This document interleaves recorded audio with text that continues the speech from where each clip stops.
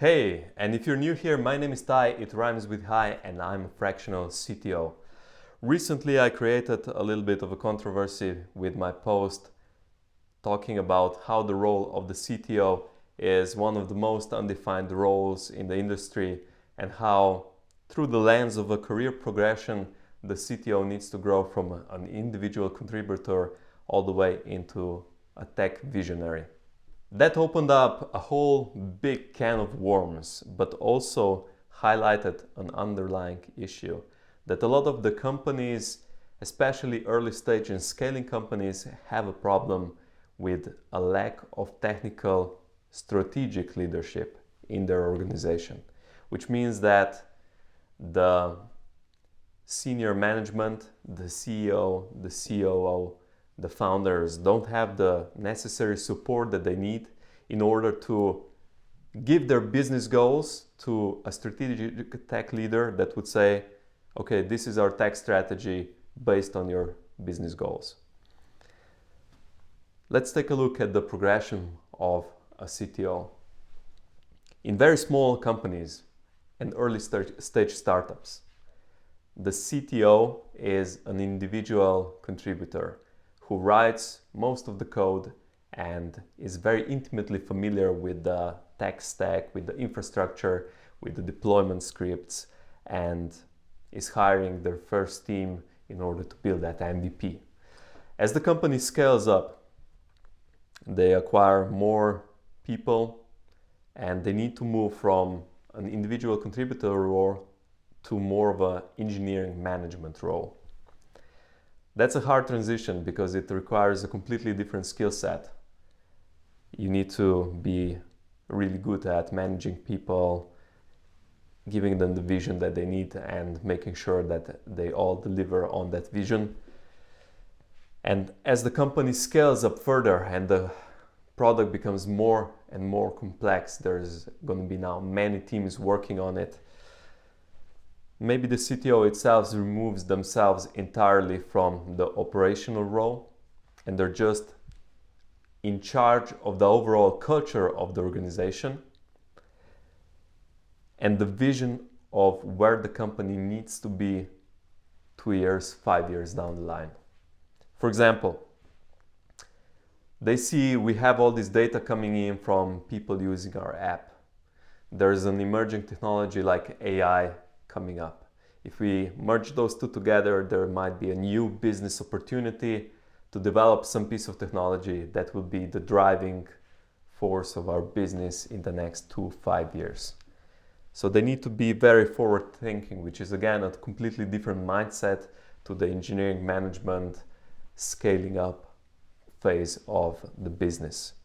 And if somebody were to put me in those shoes of leading an international corporation of 3,000 developers thinking about the emerging technology, that's a very bad fit for me. I simply don't have the experience or the knowledge to do that kind of role well.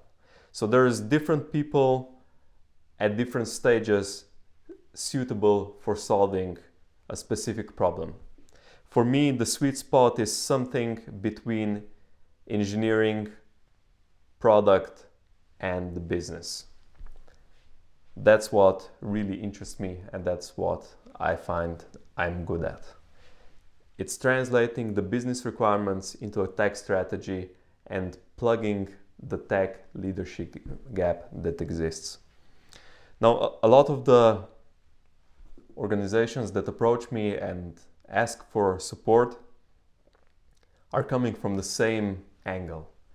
They have a head of technology or a CTO or somebody who is a tech lead. They usually have a small to medium-sized team. They're scaling up and they're realizing that their tech team is fully overwhelmed by the maintenance and operations, and they don't have the capacity to also deal with the strategic part of technology. So there's a feedback loop missing that causes problems inside those organizations. Now you can solve that in two ways. The first way is to seek externally the, the thing that's missing, which is tech strategy in this case, and you focus on operations, the original team. The second way is to actually build up the person that's there into a more of a strategic role. It means that they will probably need to employ some more people and mainly delegate the tasks and the operational things that they were previously doing, so that they even have the capacity to deal with the strategic stuff.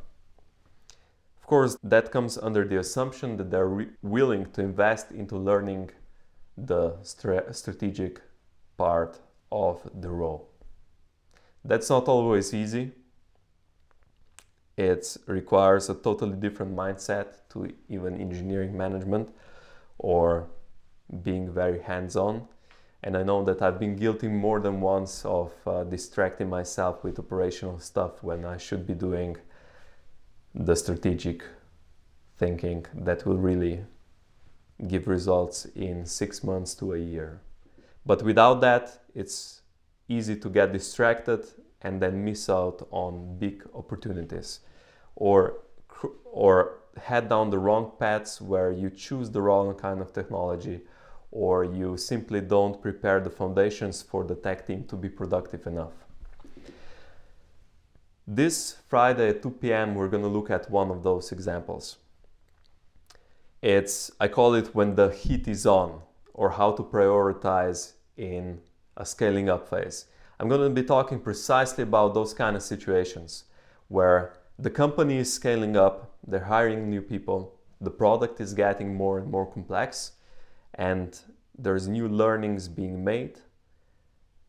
And the question becomes, how do you prioritize features that will make a business impact, but at the same time not neglect the overall strategy, so that you don't take a wrong turn and see that you are in a worse position 6 months down the line because you've been just putting out fires trying to survive, instead of preparing the technical part of the organization for long-term success.